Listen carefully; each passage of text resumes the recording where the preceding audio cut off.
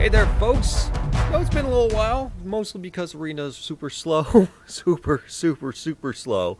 But I got my first kind of deck idea, the deck I've been trying to work on from the beginning. And, you know, when in doubt, what would Modern do? And that's Jundum. So this is what I've been trying to come up with. We're going to change mode like this. Unfortunately, you know, you learn, you know, with individual card rewards that you could have a complete Approach of the Second Sun deck if you spend your wild cards differently, but oh well, I've got a half-built deck instead.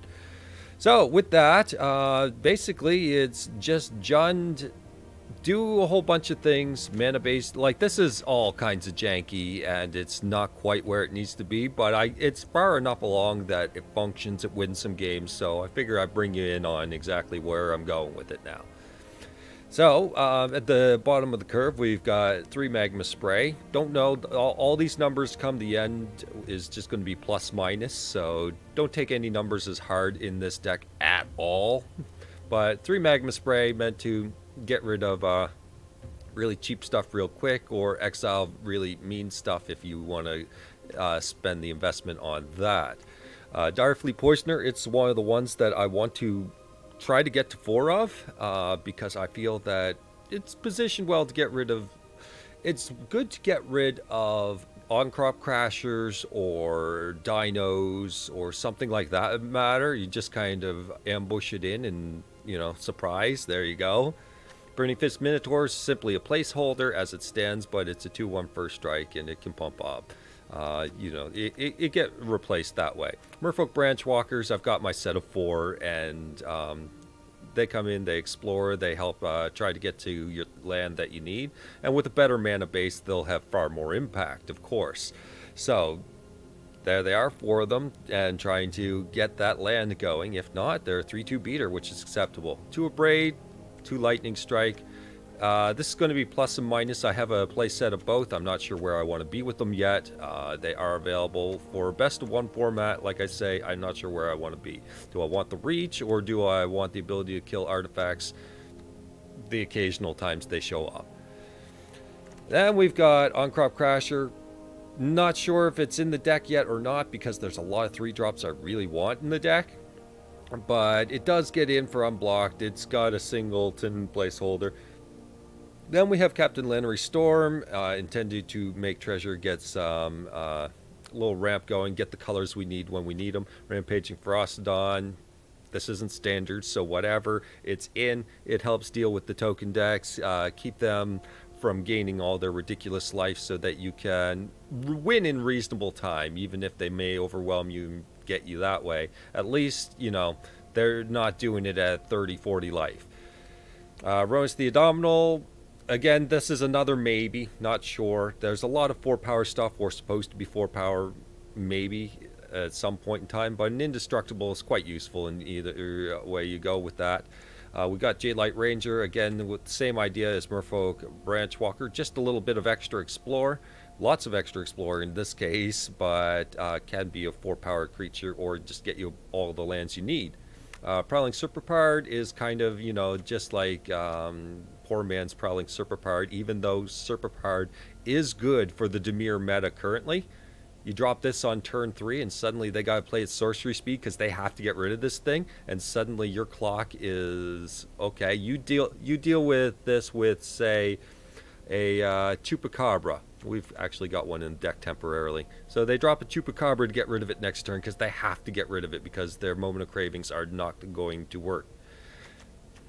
Well, then just cast your next creature and your next creature. And now they're playing from behind. So even if they can get rid of it, it still sets up your game so that you're able to deal with Dimir. So very relevant creature in that regards. Thrashing Brontodon. Probably a sideboard card, but in a best of 1 format, it's probably got some space in there to be main deckable anyway it goes. So it ties in with the Abrade, and, you know, decide where you want to be with that kind of thing. Like I said, no numbers are actually final. It's mostly just fit in as many good things as you got, and unfortunately we don't have very many things. Like I said, if I spent my wildcards differently, I'd have a perfect approach deck right now. Anyways, We've also got 3 Doomfalls, meant to exile things like Hazoret, Scarab God, and so on forth like that, or start attacking the hand if they're not playing said things, or, you know, get ahead of them on that kind of thing, and clear that kind of stuff up. Also, easily get rid of big dinos and really nasty things, Odonto Vanguards, you know, you name it, it clears out some of the stuff. The Chupacabra, kill a creature, sure, it's temporary. The double black hurts. I'd rather have Vraska's Contempt in here times more, but I can't. Hazoret, I did invest in this because I felt that it was going to be in the deck. I'm not sure if it should still be in the deck, but it's pretty decent. Rekindling Phoenix, definitely I want in the deck, and I'm not sure if the Hazoret should have been Phoenix, but either way, I feel that it's still pretty good. Like Hazoret, you're not always going to get down on cards, as you can see by the curve. But having an indestructible is pretty good when you start to get into top deck mode. So Hazoret's a great top deck. Without the card draw that I need, which is missing in this deck, by the way, it's an option. And then we got Vraska's Contempt to clear anything, Rekindling Phoenix to be a sturdy target to eat up some removal, that kind of thing.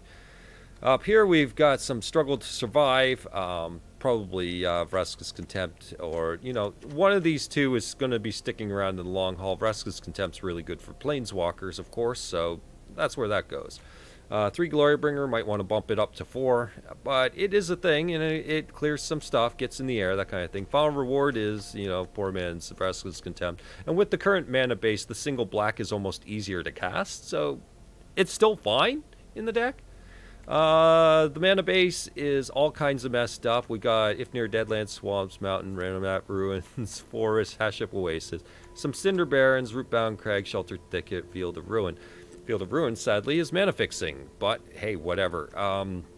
Sheltered Thicket is possibly the card that I would have in here as multiples of. Maybe it'd be 2 and 2 of the cycling.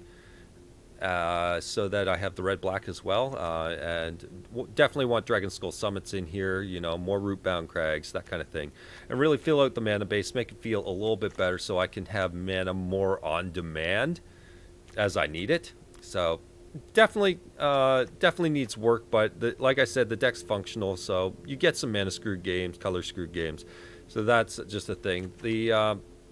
This is just a sideboard that doesn't matter right now. It's just, hey, that looks cool, but I'm not sure if I want it yet. So I just kind of throw them in as honorable mentions for now and then come back to them later. There's a whole bunch more that I could certainly add, of course, but nonetheless, there you go. So that's the deck, and as it stands right now, these wild cards really don't matter. As I said, most of this deck, as you can see, Vraska's Contempt, Jade Light Rangers, my target things, Direfleet Poisoners, the rare lands, all my cards that I need are absolutely 100% rare, except for maybe more Phoenixes. So I'm hunting the rare slot for the entire deck at this point in time. It's the only thing I need. So it builds based on rare wild cards when I get them. So that's the deck. Anyways, let's go in for a trial run game. It may win, it may lose, but let's bring it in. I did my initial quest for the day, hoping to, because I knew I was going to get a pack. I was just hoping that I could possibly get a wild card or a card I needed. I've been opening Ixalan pretty much faithfully, and I have yet to get all the things I need. This is very awkward, as you can tell. We don't have anything till Vraska's Contempt, and on the draw is questionable. Red is the main color. Okay, I can do that, and Sheltered Thicket's acceptable. That gets us into Jade Light, so that'll do. We don't have any early interaction with this particular hand, but hey, whatever. So Banana Skovich is going over something, how to play turn 1. Yeah, it's not that complicated, but hey, whatever. So we'll see how this works out. It feels like this is an aggro hand and we're on the draw, so we'll deal. Our opponent really does need to come along with the game, though. Don't want my first video to be pulled away for Arena here, where I just have to go first game. Nope, I can't use this. Okay, they've suddenly woken up. Vampires is a problem. It's go wide. It is kind of weakness. We kind of need things on cue with it. It's a tough matchup to beat, and we could, maybe with a stronger draw. Starts out Legion Lieutenant, and we're punished because we cannot remove it. Wow. Alright, fine. You open up with Legion Lieutenant, that tells me you either have stronger cards or Queen's Commission or something like that. That's higher up on the curve. Cycles of Cast Out. Yeah, that Rekindling Phoenix thanks you. So our opponent gets in. And we get a Burning Fist Minotaur, which can, you know, go toe-to-toe with this, certainly. I think we need to Jade Light, though. And see how our future draws are coming up. Let's try to make sure we can go toe-to-toe. A Braid is pretty good, but again, we're against a potentially go wide, and we are at max land by now, so we need that land. Thank you. Thank you. That's enough for me. I'm happy with that. It is a go wide deck, so Doomfall is mitigated in the value. Moment of Craving. Okay. I may attack their hand at the rate they're going, because they're not playing vampires, really. Of course, this is also an opportunity to kill the Lord. That's also an opportunity to kill the Lord. I think we just Doomfall them and clean up whatever they've got in hand that's going to wreck us. So they've got a Bishop of Binding and a Cast Out. We can kill Bishop of Binding eventually, although it could be problematic. The Cast Out, yeah. Well, that keeps them away from cycling. So they have no true vampires here. Let's clear that away. We know what their hand is. So this Lord doesn't frighten us nearly as much now. We'll see what they play here. Their land? Champion of Dusk. That draws a few cards. Also pretty big. So we need to have a long-term plan going here. And it's not showing up because they can Bishop of Binding, which is a big problem. So we can't play creature effectively. But we can certainly Burning Fist Minotaur and Lightning Strike. That's relevant. And that makes them eat up their Moment of Craving. It's good enough for now. Get this down. And, I mean, if they go to combat with Champion, we're probably doing pretty good.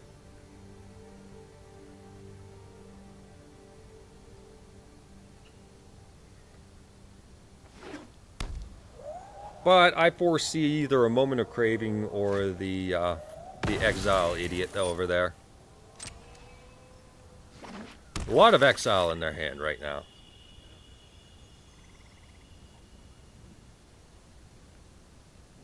So let's see where they go with this.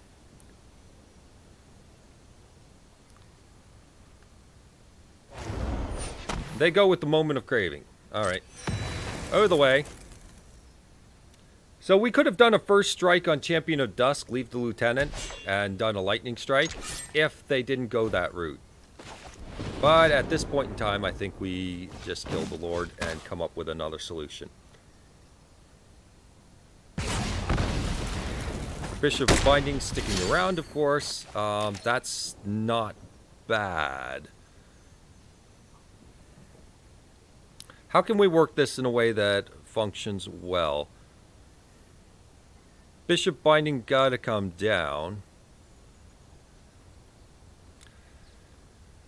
We play something without removal, then the Bishop Binding beats us. That said, we could probably put down something like On-Crop Crasher. Get in with the On-Crop. Unless they got Reaver Ambush. Okay. Well, that's out of the way. Man, the Exile in his deck. Ooh. Cult Feast. Yeah, you got it.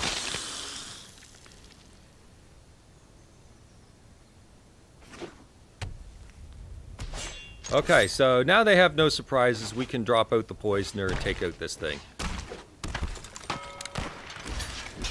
And that's why Poisoner's good.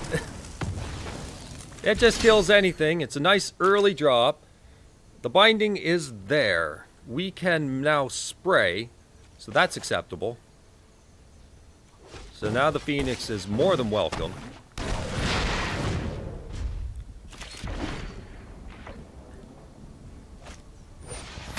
Sure.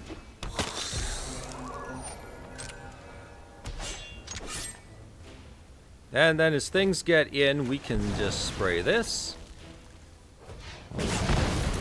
Now that we have the answer, and block. 2 ambushes. That's pretty good. Vraska's Contempt, also really good. But let's start trying to turn the corner here just a little bit.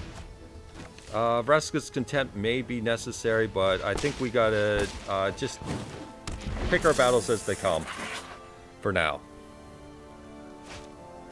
Call the feast again. That's a lot of stuff. That is a lot of stuff. That's pretty rough. Now, I don't have board wipes in here because I don't have Sweltering Suns, the one that would probably matter the most because it also deals with red deck wins. That's not great. We may have to do multiple plays. For now, we have to play it super safe. Yeah, we can't clock them right now. Not in the slightest. But, I mean, Vraska's Contempt does assist us here. Especially if they pull a Lord or something out of nowhere.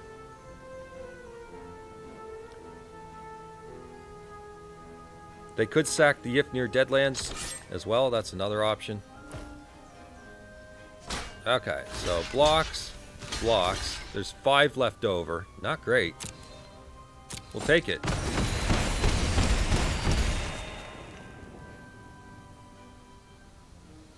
We'll have the Vraska's Contempt for when we need it.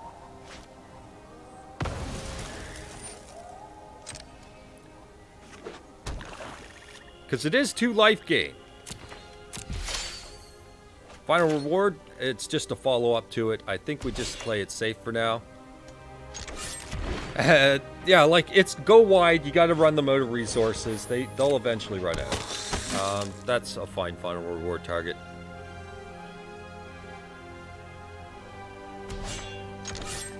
Or Vraska's Contempt, not sure.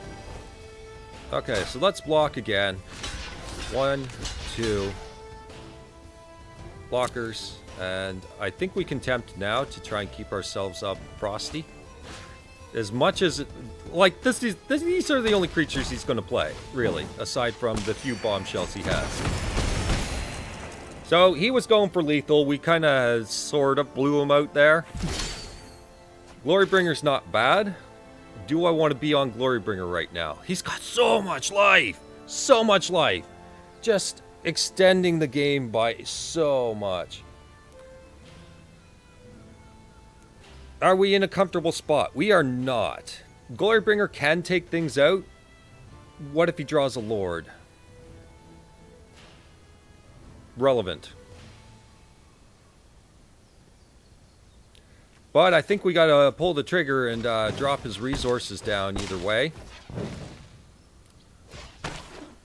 So we'll be clearing one of these life linkers. We can straight block the Martyr of Dusk for now. I just want to have him on a 2-2 creature relationship here.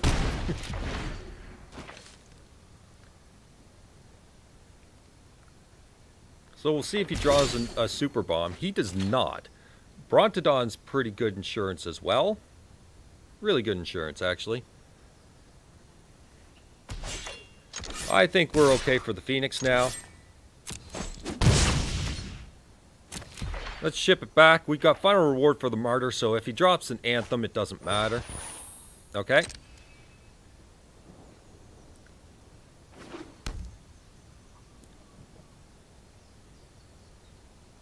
See what he does. Deadlands. I mean, he could use the Deadlands, knock down the Snake. The Snake trades with everything there. We're not going to reveal the final reward. We're just going to let him go through the motions. We'll trade the Snake because we kind of have to at this point. And the Bronto will probably clear the Destiny at some point, like if he draws a whole bunch of creatures out of nowhere. That kind of thing. I was tempted to drop the Bronto. But I kind of wanted to leave it as a surprise when it came up. Anyways. So we're going to clear this. That mana too. Thank you. And now we will... that said, it's only till end of turn, right? No, it's -2 counters, isn't it? Yeah, okay, so it's always like that. So we'll just send it to its death now. If it were till end of turn, we could go down to 1. Very relevant there. So we can head in. Do some beats. He still has the If Near Deadlands either way it goes. Any case, we want the Bronto down. Real important. Just as a constant reminder that we can kill that thing at will. But we may turn it around unless he finds Alenda the Dusk Rose. We do have an out in our own If Near Deadlands, but that was not the case. So he gets some tokens if we kill Alenda. So don't kill Alenda?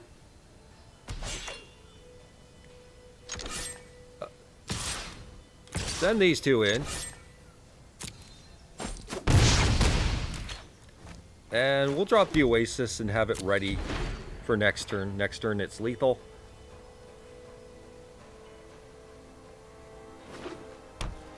Finds a land.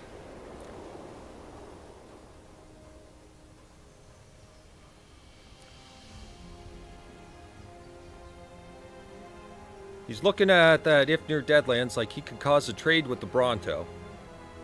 Or put it into a favorable position. But if he targets the Bronto, what we can do, like Alenda's got lifelink on her as well. What we're going to end up doing is we're going to block, then sack, and then Alenda doesn't die. He doesn't get the lifelink. And the Radiant Destiny is gone. So blocks. And take out the Destiny. Except for the counter. There's that. But in any case, we win. So there's that. So just jam it. Doesn't matter. He's out of cards. Jam the Hash Up Oasis. Blow it up. Send in for lethal. Tough match. Like I said, we struggle with vampires, and that was most certainly a struggle. And we give a River Darter. Welcome to rewards. Okay, let's try another match anyway. Figure this, 2 matches, win or lose.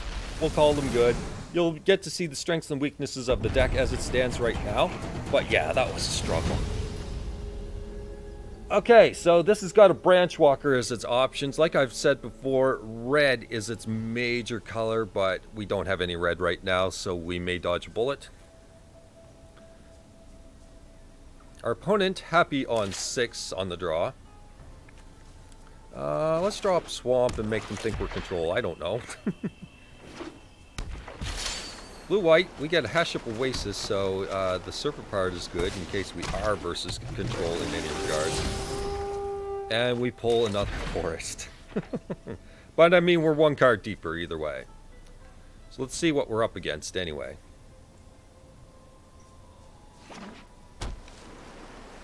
Another tap land. No plays. Okay. So we're going to send. And I feel like as much as the Serpent part would be really good, I think we make this slow deck get punished.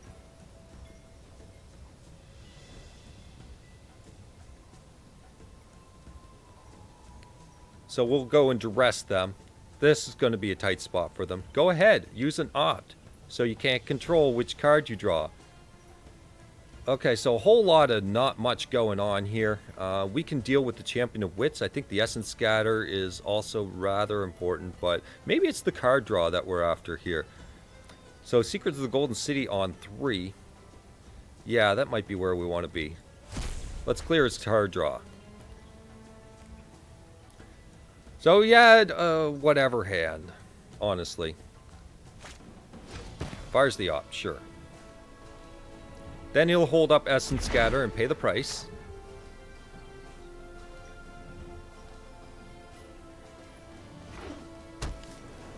Unless he does Champion of Wits, in which case, well, I mean, we can... Okay, he doesn't do a thing. I think we still want If Near Deadlands. Let's send. So we gotta fear stuff like Settle the Wreckage here. Clearly. Anything could happen here. But if they hold up mana at this point, they're going to be paying the price. Now, we are drawing lots of land, but we're drawing all the wrong land. A single red source will do good. We are, you know, I mean, we have 6 land here. We could stand to see. Okay. And the snake's too strong for the control deck. They can't remove it easily, I guess. And we get an easy win, just like that. Just like that.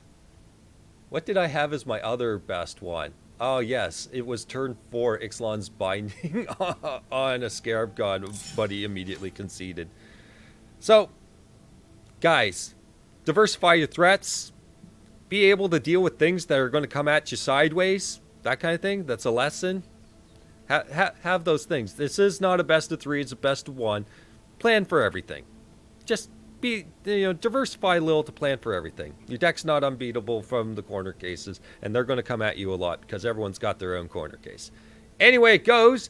That's the deck. I'll bring it up one more time so that you can quickly gloss over it as it stands. I'll try to get my mouse right in the middle.